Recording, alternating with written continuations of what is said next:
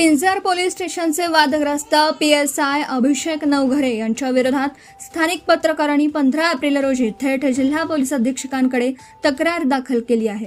पत्रकारांशी असभ्य वर्तन, माहिती देण्यास टाळाटाळ आणि मनमानी कारभाराचे गंभीर आरोप तक्रारीत करण्यात आले आहेत।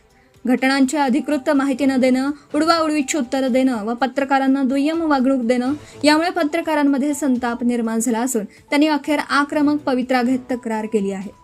दरम्यान पोलीस अधीक्षकांनी या प्रकरणाची दखल घेत चौकशी करून आवश्यक ती कारवाई केली जाईल असे संकेत दिले आहेत। त्यामुळे या प्रकरणाकडे संपूर्ण जिल्ह्याचे लक्ष लागले आहे। प्रदीप गावंडे, अकोला जिल्हा प्रतिनिधी तथा कार्यकारी संपादक, धुमाकूळ महाराष्ट्र न्यूज नेटवर्क। आपल्या परिसरातील ताज्या आणि महत्त्वाच्या बातम्या पाहण्यासाठी आजच आपल्या धुमाकूळ महाराष्ट्र न्यूजला YouTube वर सबस्क्राइब करा आणि बेल आयकॉन प्रेस करा।